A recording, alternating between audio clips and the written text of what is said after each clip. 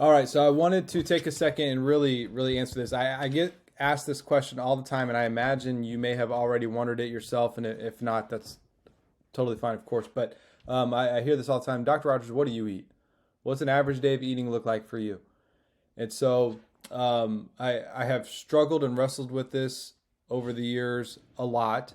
And here's currently where I'm at. I really got tired of asking myself, what do I want for breakfast? What do I want for lunch? What do I want for dinner? It took a lot of brain power to more than I realized to answer those questions all day long. And so I just wanted to build a system where I just didn't have to think about it. So for breakfast, I do an apple with some nut butter, some sunflower seed butter on it. There's a chocolate one that I use. And so getting the apple and nut butter gets you some carbs, gets you some fats, gets you some protein, and it's a bit of a complete meal. And then I try to have a green smoothie as well. So the green smoothie, I have the recipe in a video, but half of a frozen banana, a cup of frozen berries, a handful of green, a little bit of water, a little bit of coconut milk, blend it up. So the green smoothie and the apple that holds me for the first few hours of my day. We also have a raw milk locator, a raw milk farm down the road from us that we use. So sometimes I can use a glass of raw milk. Now, I don't ever do traditional cow's milk, but if it's raw, it's fine. Just use caution with the pasteurization of the dairy. Again, another video on that.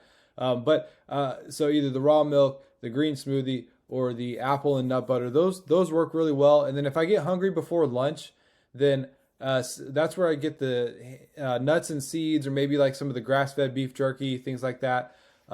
I'll get a quick handful, and if I'm adjusting that day, or if I'm in the clinic and it's a busy clinic day, I have a lot of consults. Then the nuts and seeds are usually my primary go-to for the mid-morning snack if needed. Otherwise, we'll get to lunch, and at lunch, the easiest thing for me to do is just make a salad. I prefer chicken on it, so we'll cook a lot of chicken on Sunday. And I'll use half a chicken breast in my salads with all the toppings that you want, the veggies and whatever else you put on there, the nuts, seeds. Use caution with your dressings, of course. But green salad and smoothie, if you get both of those in each day, you will reverse your health in a very short amount of time. That is probably the quickest way to get there, is eat these greens, salads and green smoothie, salad and green smoothie, salad and green smoothie. At least make a commitment to do one or the other. And if you want to fast track this, do both. Do both. It is tremendous. You get used to it. It seems boring at first. Then it's like, man, I just feel so great. And especially if I have a heavy day with treating a lot of patients, I can't eat pizza for lunch and get bogged down, or have a whole bunch of carbs and get bogged down for the afternoon, because my brain and body don't work as well, and it drives me nuts. So I really try and keep it clean on heavy volume days as well. It's even more motivation for me to keep it clean. And then at dinner, we keep it real simple. My wife and I, she's better at following recipes. She's a great chef, but I'm more of just, what do we have? What are we going to make it work? I throw some salt, throw some pepper on it, spice it up. I typically will make a clean source of protein with either quinoa or rice as a side, just a little bit, not a lot.